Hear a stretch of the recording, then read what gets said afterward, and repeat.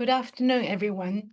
Welcome to the RAC Writers in Conversation series. My name is Jing Han. I'm the director of the Institute for Australian and Asian Arts and Culture at Western Sydney University. Before we start, I would like to acknowledge that we are on the land of the Baramatical people of the Darug Nation, whose ancestors have been the traditional owners of their land for thousands of years, and I pay my respect to First Nations elders, past and present. The Institute for Australian and Asian Arts and Culture, RAC, in collaboration with the Writing and Society Research Centre at Western Sydney University, is thrilled and privileged to have our guest today, Jumaana Abdu, the Sydney Morning Herald Best Young Novelist in 2025, and whose debut novel, Translations, was shortlisted for 2025 Stellar Prize, the MUD Literary Prize, and the New South Wales Premier's Literary Award. A brief introduction of our guest. Jumaana Abdu is a Sydney-based writer and a medical doctor by profession. She is an emerging literary voice, profoundly shaping contemporary Australian letters. She has been published in Kill Your Darlings, Westerly, Griffiths Review, Meandering, Liminal, Overland, Debris, and New Australian Fiction 2024. Her early literary achievements include winning the University of New South Wales Literary Journal Poetry Prize in 2018 and the Western Sydney University's Whitlam Institute's What Matters Overall Prize early in 2013. And she's currently the ambassador for the Whitlam Institute Literary Writing. The book Translations is a richly layered atmospheric novel that weaves together personal griefs, settler colonial histories, and diasporic solidarity. Its originality, intellectual rigor, and narrative courage firmly position Jumaana Abdu as a significant new voice in contemporary Australian literature. Jumaana, welcome to RAC Writers in Conversation. Thank you, Jing. Thank you for having me. Okay, let me start with my first question. You were born and grew up in Australia. Can you tell us about the environment you grew up in and the cultural influences you had?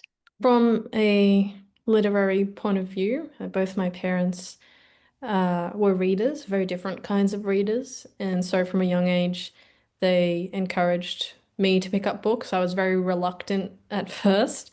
But my mum was very much an admirer of the classics, and my father, he liked perhaps more of the science fiction, fantasy, some of the more American classics as well, whereas my mum used to read the Russians and the British classics. They also encouraged an interest in plays and adaptations of plays. And then I would also watch with them film adaptations of, of classic books and things like that. So I was encouraged from a young age to be thinking about storytelling, story adaptation, and I would put on plays with my siblings. I would write stories with my siblings, direct films. And I wrote my first novel at about 11 years old in a handwritten spiral notebook, which I passed around to my friends. And we were all big readers. It was something that we would do during our lunch break. We would sit with one book and read over each other's shoulder and wait till everyone finished the page so that we could turn to the next one. So I was definitely always surrounded by family and friends who were obsessed with books and with imagination. And I carried that with me into high school. I wrote another novel for myself in early high school, and I would read whole shelves of the library and then constantly request new books with my librarian, who was very encouraging and would point out, odd little niche books to me and try and expand my tastes. And then in university, I went into medicine, which is not very literary at all, unless you know how to make it more literary for yourself. I got interested in reading a lot of physician writers who saw the narrative aspect of medicine and were able to integrate their human passion for the humanities into this more Western scientific mode of thinking. And then I also had to do a brief course at UNSW called General Education, which has to be outside of the School of Medicine. So I did one in the literature studies. It was called the Literature Laboratory. And that was the first time that I was exposed to really radical experimental literature. I was reading manifestos, slave literature, utopias, and then ambiguous utopias. And it introduced me to writers like Ursula K. Le Guin, James Baldwin. And this was when my taste and my understanding of how to write a novel and what literature was capable of really exploded. And it was after that year, I was in fourth year. In fifth year, I then wrote translations.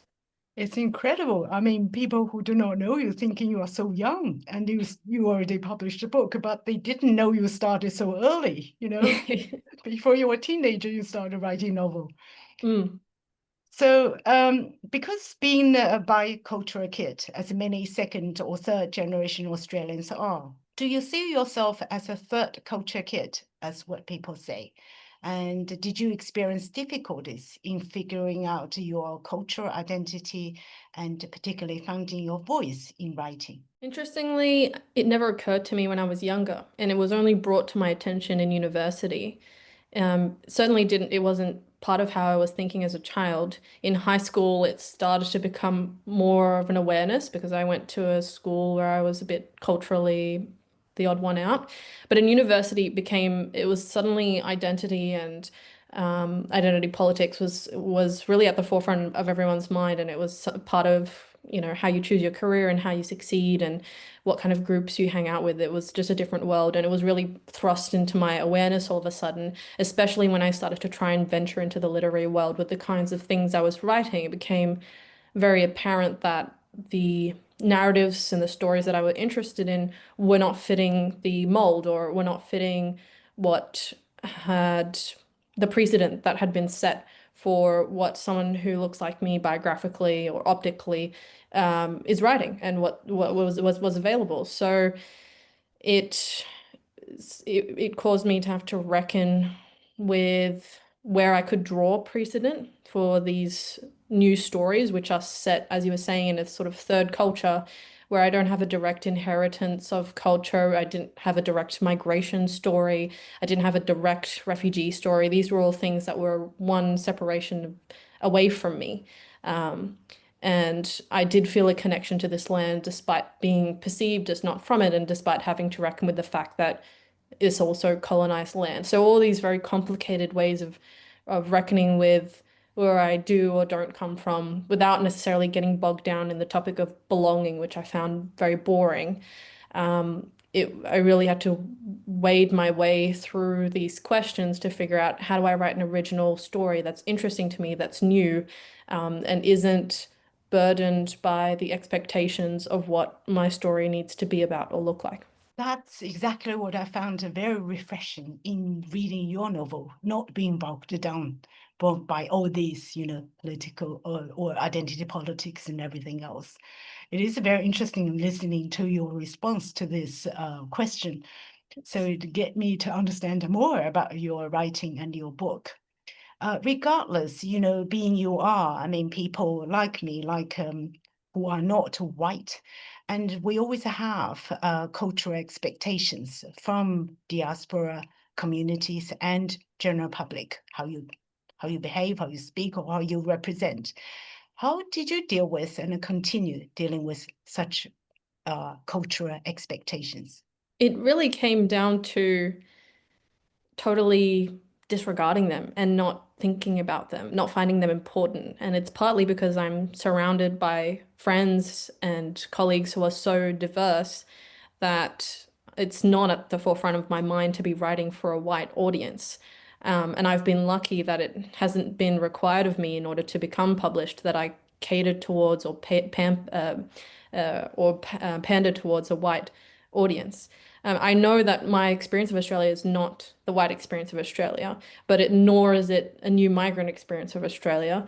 And my cultural identity is important, but it's not the object of my study. It's just the lens through which I'm looking at life, which I believe can be as philosophical and complicated and narratively dramatic as any life, and doesn't need to be focused on explanation. Absolutely, absolutely. You mentioned, you started interested in reading and writing at a very early age.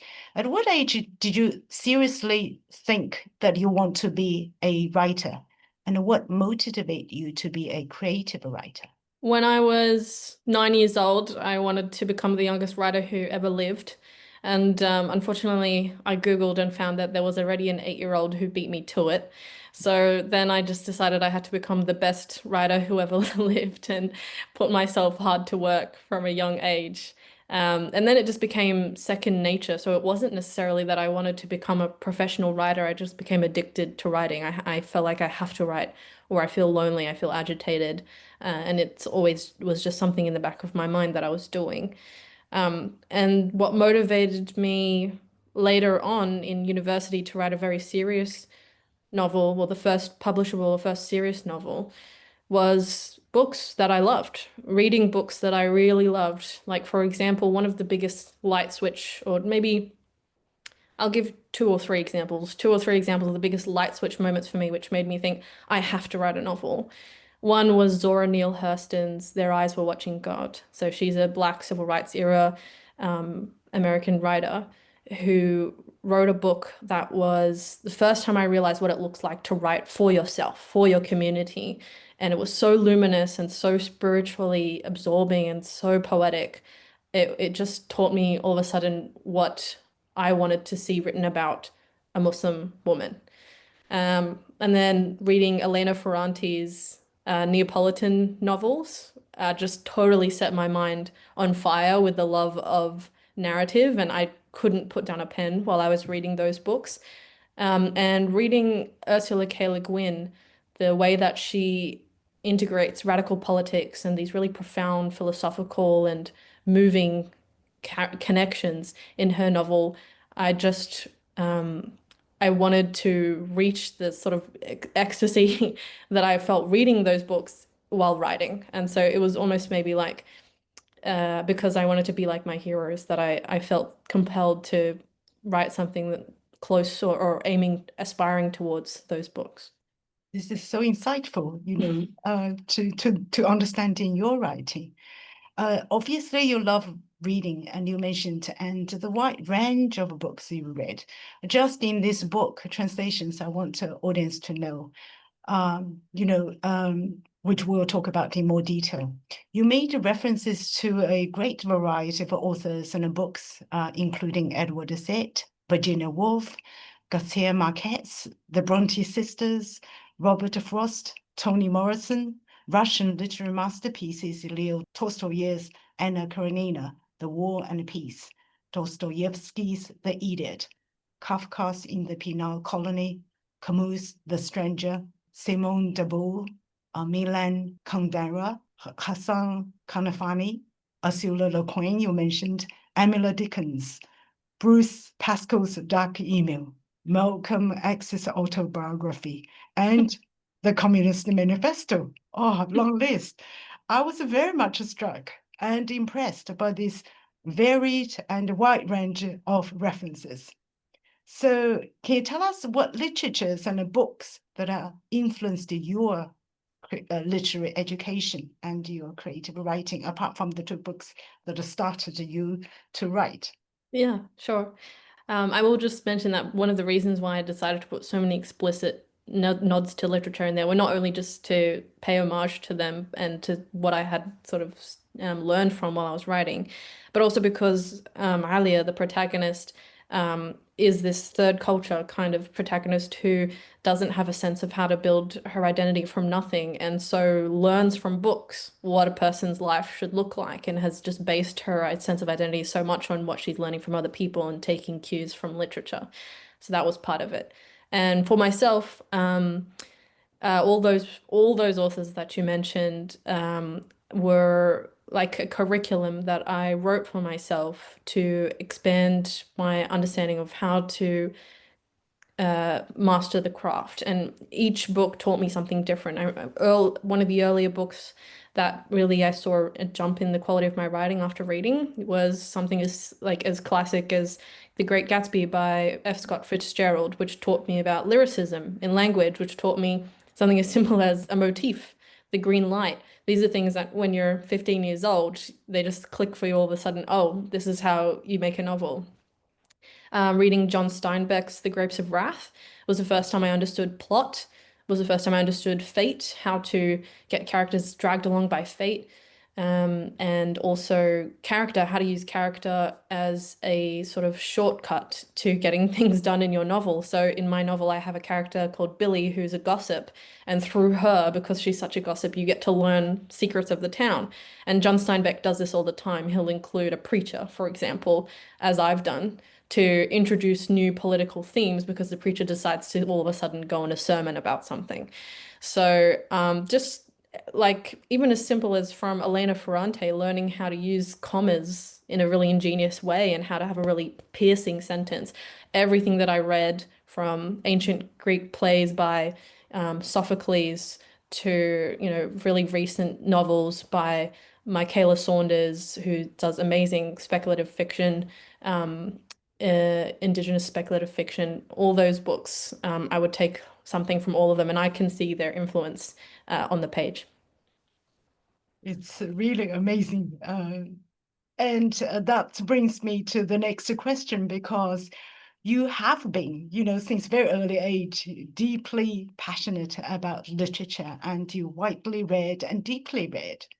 But in the meantime, you didn't choose English literature to study. You went to medical school of the University of New South Wales and became a medical doctor. And there are precedents, Anton Chekhov, who had a medical degree and practiced as a country doctor. He described the literature as his mistress to medicine's lawful marriage.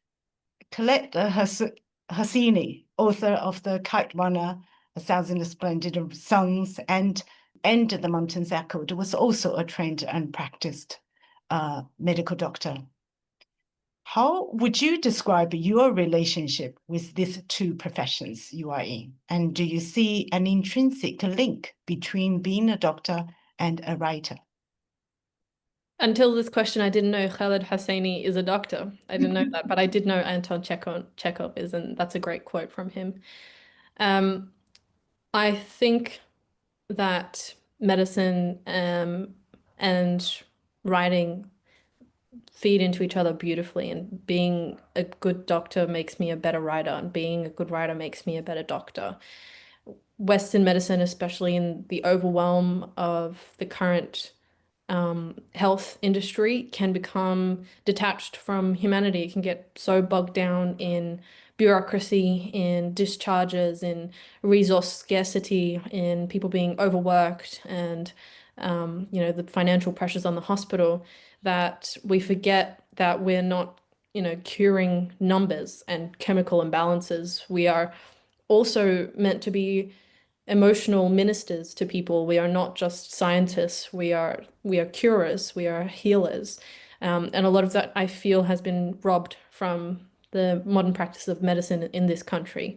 And I felt that when I was in the hospital. And the most rewarding and the most healing and impactful interactions I had with patients was when I got to sit down and hear their story of their illness, help them construct meaning around it. And so much of being a writer is just taking symbols, taking arbitrary facts and information and creating, doctoring meaning. To doctor something is to fake it, to make it up. So to be able to put things together and craft this narrative for someone that allows them to understand their life better, it makes you a better writer and it makes you a better doctor. It's fascinating to hear you linking up the two professions, because for many artists and creative writers, often doing a job is a side job, job to make a living. But for you, the two are intrinsically linked. It's so beautiful to hear that they are to feed each other and make you a better doctor and a better writer. My next question is, you had published essays and literary pieces and won awards for your writings before you started on your debut novel translations. Was it always your plan to write a long-form fiction? And follow-on question is, did you have any difficulties in finding a publisher? To answer the first part of the question, I actually started publishing all those short stories after I had written translations. So in the year that I was working on translations, I decided to try and start publishing short stories and essays to get my name out there, to, just have some credits to my name. So I never wrote short stories except for, occasionally recreationally to put on a little WordPress blog, which is now thankfully long since taken down off the internet. But my passion was always novels. I didn't think to be a short story writer. But interestingly, since forcing myself to write a few short stories to get them published, I've become obsessed with writing short stories. I love it. I find it a completely different art form, a very different craft, as different as short stories and poetry. But it's really fun for me, and I find them very punchy, and I can feel my style evolving really quickly and really differently. If I look at a short story that I wrote a couple of weeks ago compared to one I wrote in 2022, they seem like they're by different people. And I've enjoyed that aspect of growing as a writer. To the second question about whether I had difficulty getting a publisher, so the way I got my publisher was I initially submitted the manuscript, an excerpt of the manuscript of translations to the Wheeler Centre in Victoria, which is the Writers' Centre of Victoria. They have a fellowship called the Next Chapter Fellowship for emerging authors who have never published a full-length book before. And I was one of the 10 writers who got selected, and they paired me up with the mentor of my choice, which was Hannah Kent, who is a brilliant international best-selling author and one of my favorite writers alive. And we worked for a whole year together on the completed manuscript of translations, doing structural and line edits. So by the time I got around to sending it to agents, it was quite polished. I was very lucky. And agents make it much easier to get a publisher in Australia, even though Australia is one of the only countries where you don't need an agent to get a publisher because the industry is so small. But it certainly makes it easier, and it makes it easier to send it out to multiple publishers and have an auction. It would be much harder to manage that on your own. So I found it quite easy to get a publisher because I had help getting an agent because I had the fellowship. Yeah, such a valuable experience to share with everyone, and also great credit to your great writing, the translations to get published so smoothly in a way. So let's talk about translations. The story of translations is set in rural New South Wales. This I found very interesting. So I ask this open question. What were your considerations when you choose a rural town as the setting for your story? It's such a tempting setting for a narrative, to play into the trope of having someone escape the city, go to a small town that has lots of secrets, and then essentially be haunted by them as they slowly creep into her life and she learns about the surrounding community. It's a classic story, very easy, I suppose, to work with as a debut writer. And I was also around, it was around the time of the pandemic that I was writing this. So I think I was fantasizing as much as anybody else about getting out of the city and going to live in a beautiful little cottage and growing my own vegetables, etc. Then when I was thinking of this small town idyllic narrative trope, I had to reckon with the haunting of settler colonialism in any story that's told on this land, especially that of the lone pioneer, as Alia wishes to see herself. But a haunting sort of implies that the presence there is dead and gone, whereas Indigenous life is very much alive and present in any part of this country. And so changing it's like starting with that trope of the Gothic, the Australian bush Gothic, and then subverting it to ensure that Alia, who initially sees the house as having, some absent ghosts in it, has to confront the living presence of the community around her. So it started off as a very classic small town novel, and then evolved into something I felt was truer to regional life, which is vibrant, diverse, and exciting, and full of life. But have you ever lived in the country town? I've done small stints there for medical school, and I lived in the outskirts of Sydney's suburbs, very close to rural town, like 10-minute drives from semi-rural land, and we would always drive out there. And our suburb was kind of like a small town growing up, but no, I never lived in like a really like small town. I guess I just use my imagination. Yeah, it is amazing, amazing depiction, and it's so convincing. I love it. So that's why I asked the question, So I never read anywhere that you ever lived in a country town. So it's a fascinating. You're talking about the debut novel, and then the success is so critical. And as many writers and critics have said, the opening paragraph is critical to a successful good story. And often the opening line serves as a hook. So in your book, and I particularly observed, the opening line is, "They became uncitizens." And you drop the reader right in the midst of an action and some unspecified tension. The leading character, Alia, and her daughter, Sakina, are getting out and away from their city home and on the way to a rural town to make a new life. There is not much of a backstory. It is very bold, but also very powerful. How did you decide to begin the story at this particular point in the characters' lives? I'm very excited to get a chance to talk about the first line because I promise a lot of thought went into every sentence, including just those three words. And I'm a bit of a nut for craft things. There's a lot happening in that sentence in the terms of using the word they became instead of rather than they were. Became is a much more compelling to me beginning because it invokes the beginning of a transformation, or it evokes metamorphosis, transition, which is a more exciting place to start than they were uncitizens, which sort of leaves the reader behind a little bit. And then uncitizens is not a real word.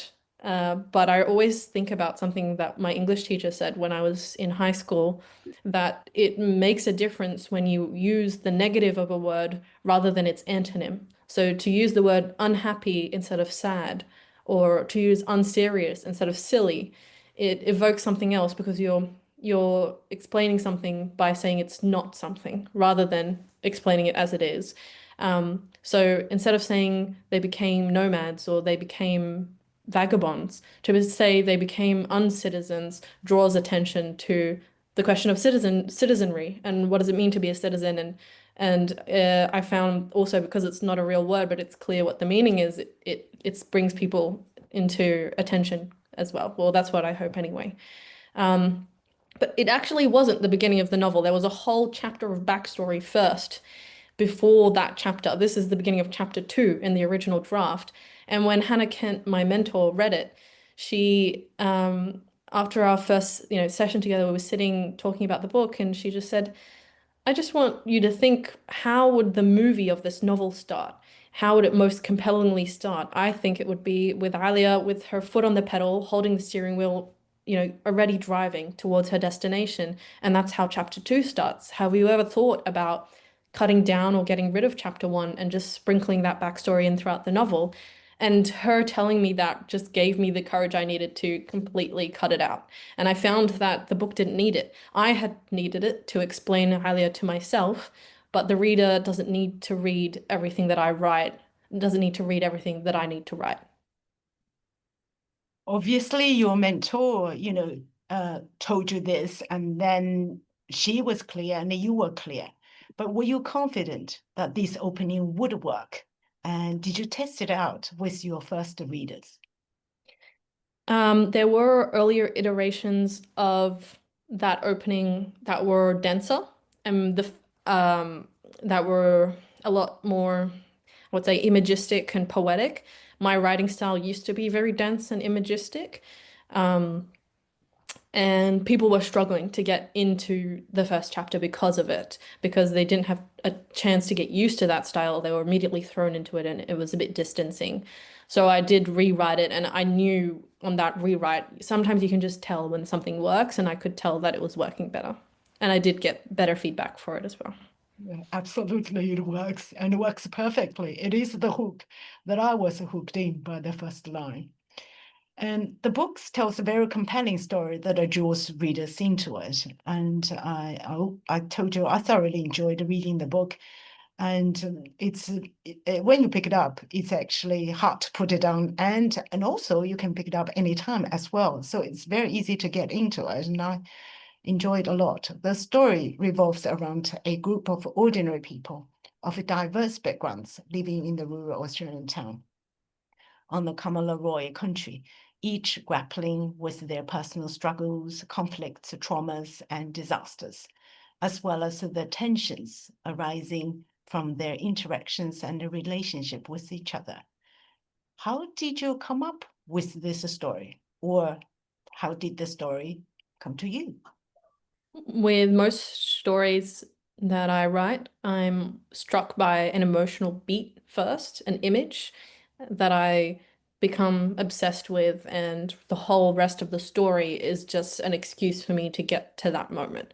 And the moment that I had thought of for translations was this woman who who's watching airplanes fly over her home and just wishes that one would crash into her house and just like destroy everything so that she could start fresh.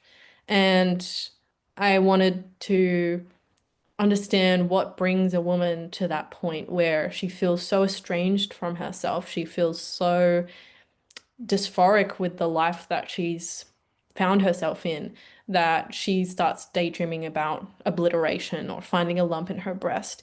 And it's a common feeling evoked in a lot of Italian novels that I've read, like those hysterical Italian women. They're just always wanting to disappear and pack up and leave their entire life and vanish.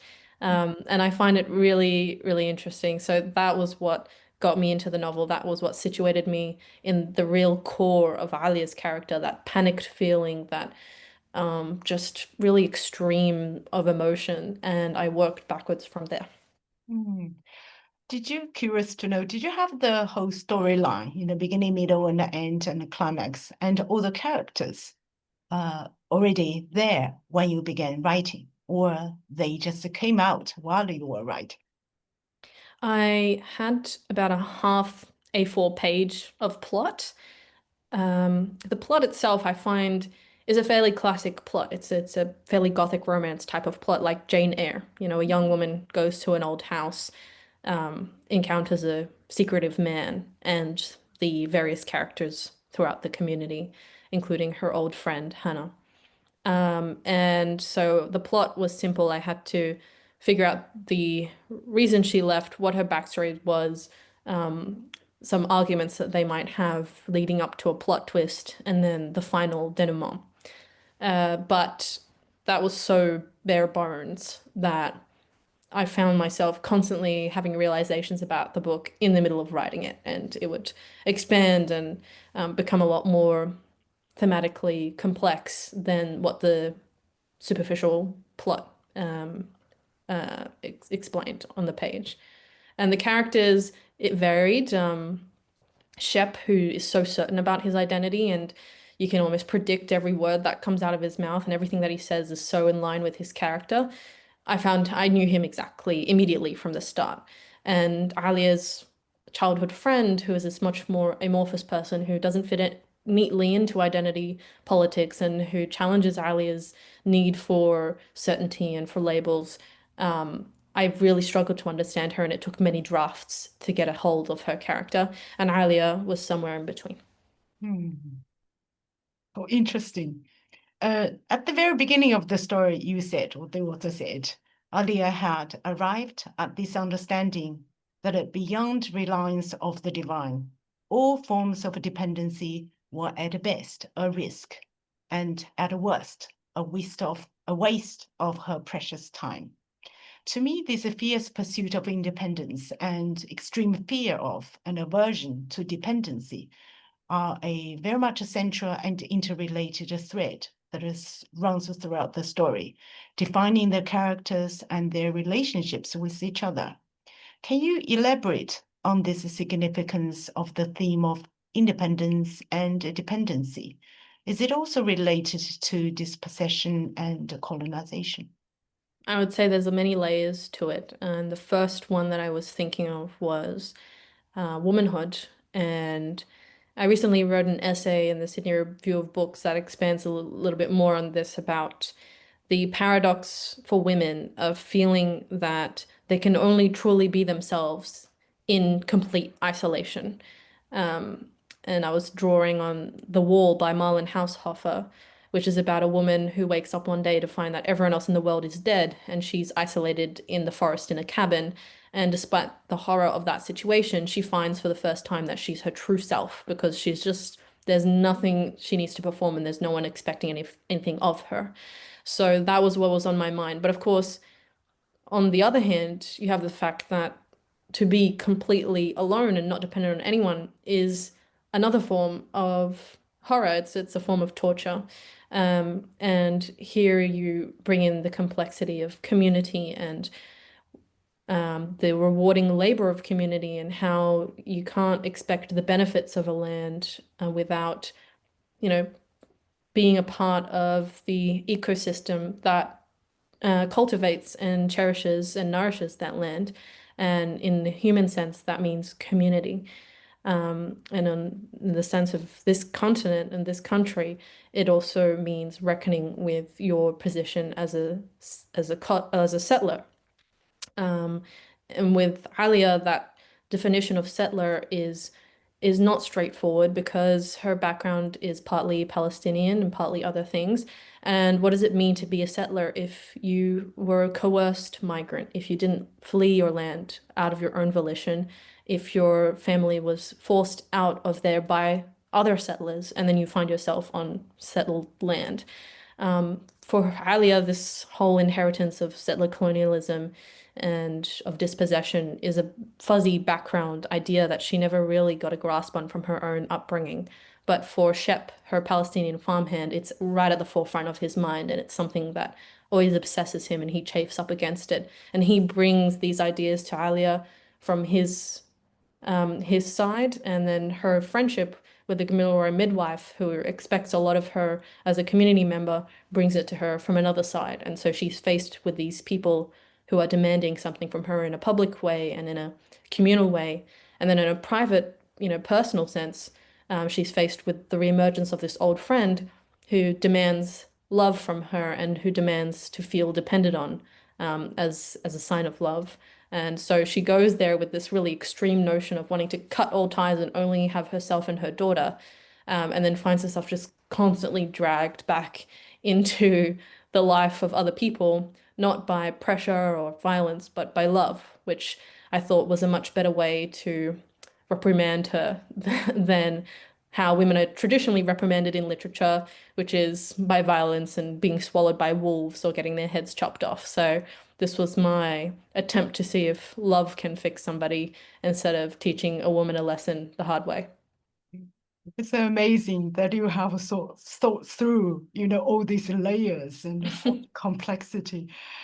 So interesting. And you mentioned, characters that you have created, and there's a bunch of very distinctive and interesting, complex, absolutely, and convincing characters. They all, come with very multiple, mixed cultural and ethnic backgrounds. So it's quite amazing the diversity, the diverse backgrounds that they are from. And so I want to ask, are these characters based on real people you know of, or are they invented characters? They're almost completely invented, but they reflect the diversity of life as I've lived it and as I've seen it in regional areas, and my friends who grew up in regional areas, have thankfully confirmed that that's what it was like for them. And they feel happy to see that diversity reflected in literature, which is a relief to me. And in the hospital it depends which hospital you work at, but I found that my coworkers were from a wide variety of backgrounds, as were my patients. And I made a lot of deep connections with nurses, with doctors, with allied health. And the writing community has been very much the same for me. You can certainly always find yourself in less diverse pockets, but that just hasn't been my experience. And so, that was reflected in what I just felt interested in writing about. This diversity is really fascinating in reflected in all these characters. As you mentioned, they come from all sorts of backgrounds, even earlier. And someone asked her, what even is your background? And she stammered. She said, a few things: Egyptian, Moroccan, Palestinian, and her childhood friend, Hannah Massa, and whose lineage could be traced as far back as Afghani Camellia, Egyptian Camellia, and then Cape Malay, a Muslim community in South Africa with Indonesian, Malaysian, and East African influences. So identity politics is mentioned in this book, and you discussed it at the beginning of this conversation. How important in this book is identity search? Or is their identity very clear to these characters themselves?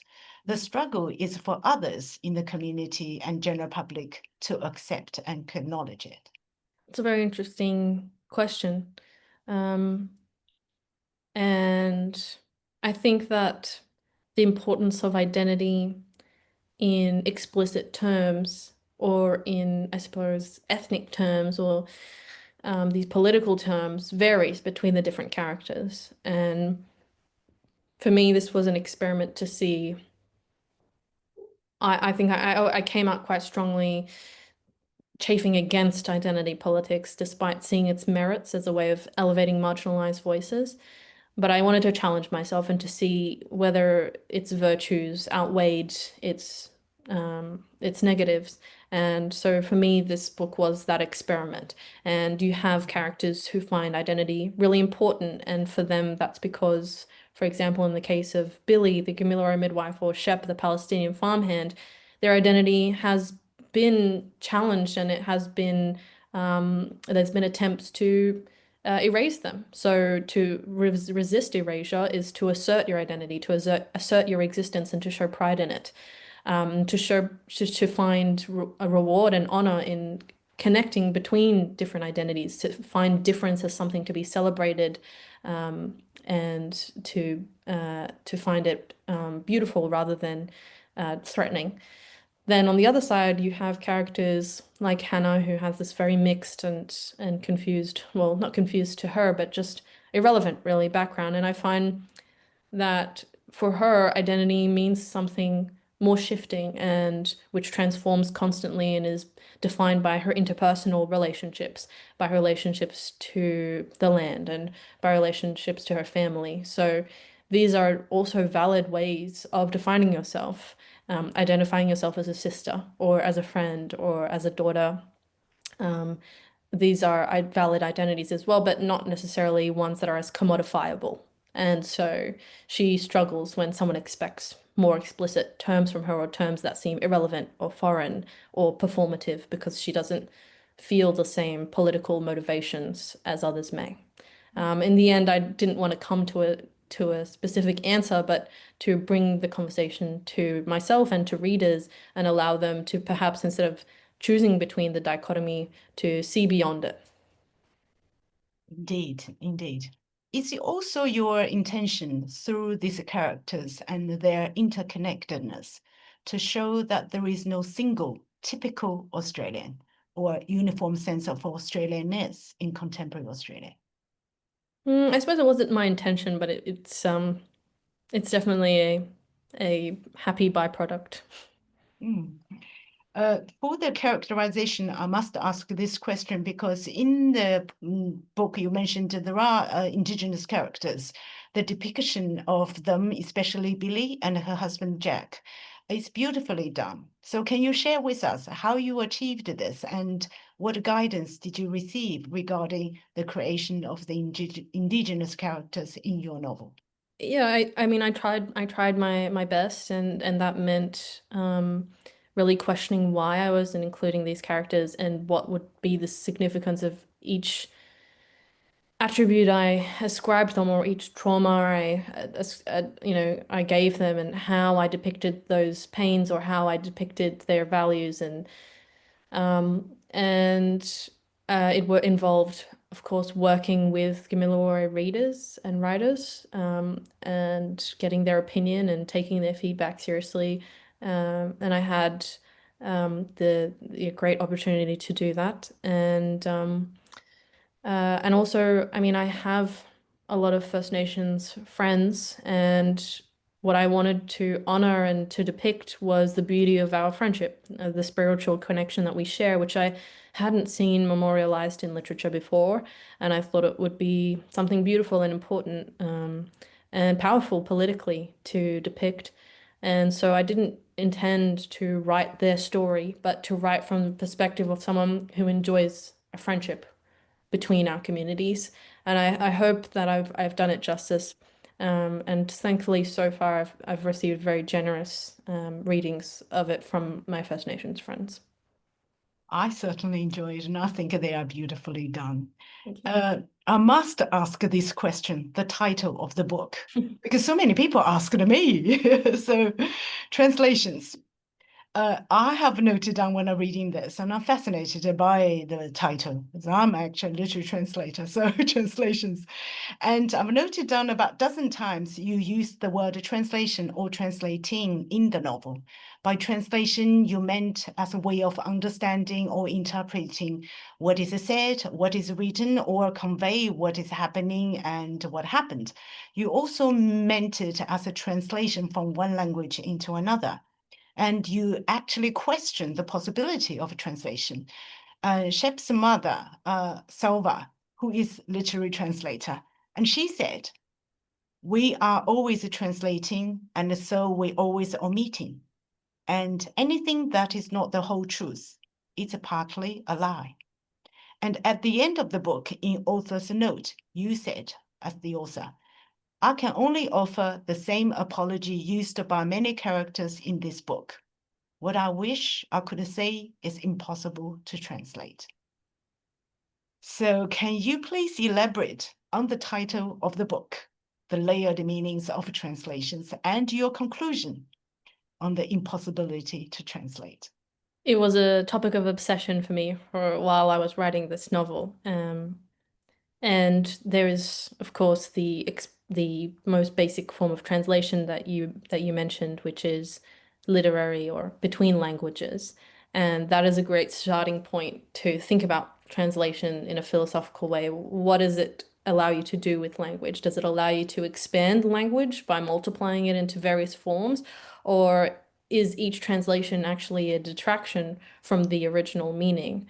Or is the original form itself deficient to translate the inner emotion that the writer was feeling? So is the original translation actually from the writer's heart or mind onto the page? And so once you think about that form of like the original expression being actually translation itself, then you realize that we're constantly translating our inner world, our emotion, our feelings, to other people, translating ourselves not only emotionally, but in a scientific way, genetically, from mother to child is a form of translation. It's a genetic translation in a way. And so I just started to like almost word cloud what is every single possible interpretation of the word translation? What is every extrapolation of it? And I tried to explore as many of those meanings in the novel through the different relationships, through the different translations Alia attempts or fails to do. And ultimately, where I landed was that the meaning that you're striving towards is not the end goal. It's the translation itself, the active form of translation, not the end result of translation. That is rewarding and important. And to cooperate in that act is one of the most noble and beautiful aspects of love between people. I'm absolutely with you in every step of what you said, because that's exactly what fascinates me as well, the translation and what means translating. My last question, it's really about your view as, as a strong voice in the contemporary Australian literature. Because in recent years, we have seen a rising wave of writers from culturally diverse backgrounds whose stories break away from traditional characteristics of Australian literature and reshape the landscape of contemporary writing. Critics are increasingly using the words saying that Australian literature is vibrant, borderless, and richly diverse. Very interestingly, the 2025 Stellar Prize shortlist, which included your own book, was dominated entirely by women of color for the first time in the prize's 13-year history. What is your view on this evolution and the shift of Australian storytelling? I guess it's about time. And I'm grateful to all the writers who came before me who were trying for many years to knock down doors that were closed to them. And it's because of them that I have had a very easy ride comparatively. And it's all for the benefit of the Australian reader. They are being now granted access to, as you can see by the stellar shortlist, some of the best books that this country's ever seen. So it is only a benefit to our literary landscape to um, increase the vibrancy and the texture of it, to allow more people to question the canon, to transform it, to translate, to steal from the question you asked me before, to translate different experiences of life in this country. And I find it really exciting, and I can't wait to see the people that will come after me and do a much better job than I have of thinking outside of the box.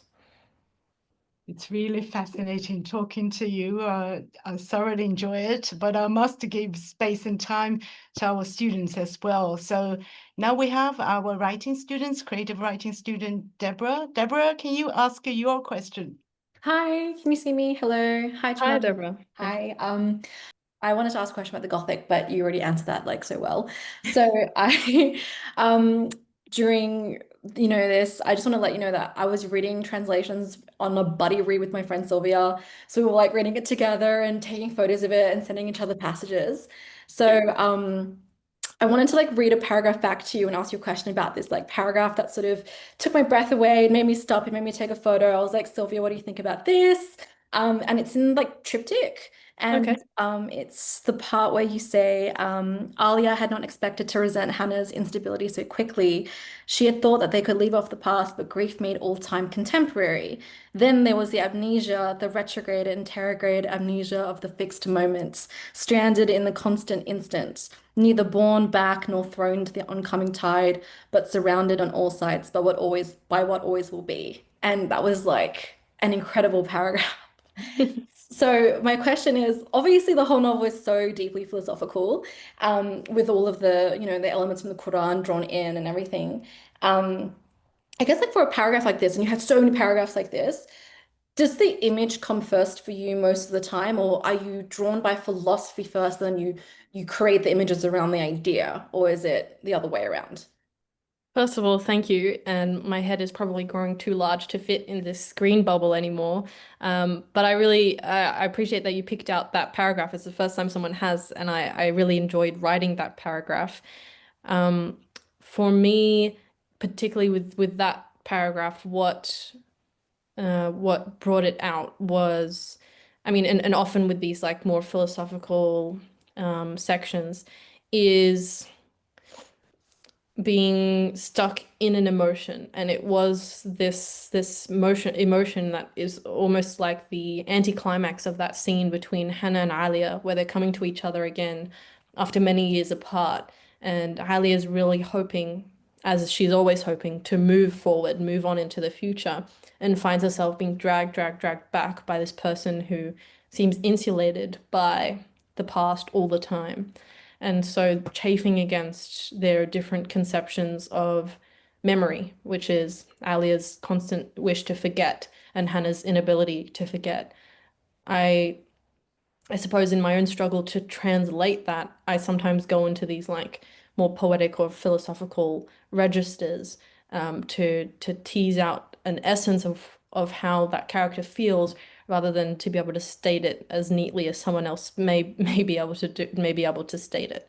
And so I think an image slash emotion is where I would start, and then I try and understand that image or emotion by, introspection, which I suppose is philosophizing. Cool. Thank you. Thank you. More questions, Deborah? Jumaana, I'm just going to ask you the question about the Gothic. So you mentioned during this panel, you talked about the colonial haunting, how it's a weird haunting because obviously Indigenous people are still here, Gamilaroi people are still here. It's not a true haunting. But then there's that element of like the ghost in the house that Alia dreams of constantly, and it like warns her. So you've got that really strong Gothic element. I guess like with all these images of like, the bloated corpses, the rotting corpses, and then obviously dealing with the theme of colonial haunting and dispossession. I wanted to kind of know how much of this was a literal ghost, whether Alia really does believe that the ghost exists, or does Alia herself take it as a metaphorical haunting as well? That's a really good question. Let me think about that. I think so.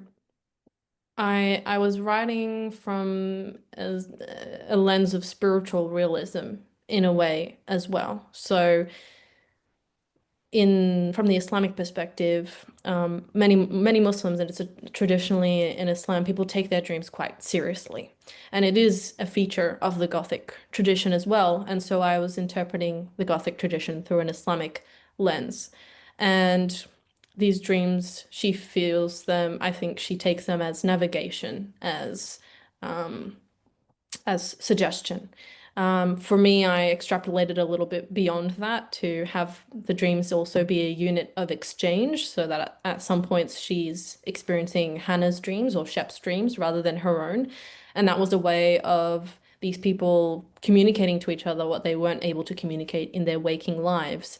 And I don't know if everyone would have picked up on that, but for me, I hoped it would have come through subconsciously regardless. But yeah, I think the referencing to the rotting, bloating corpses, it's like the woman in the attic.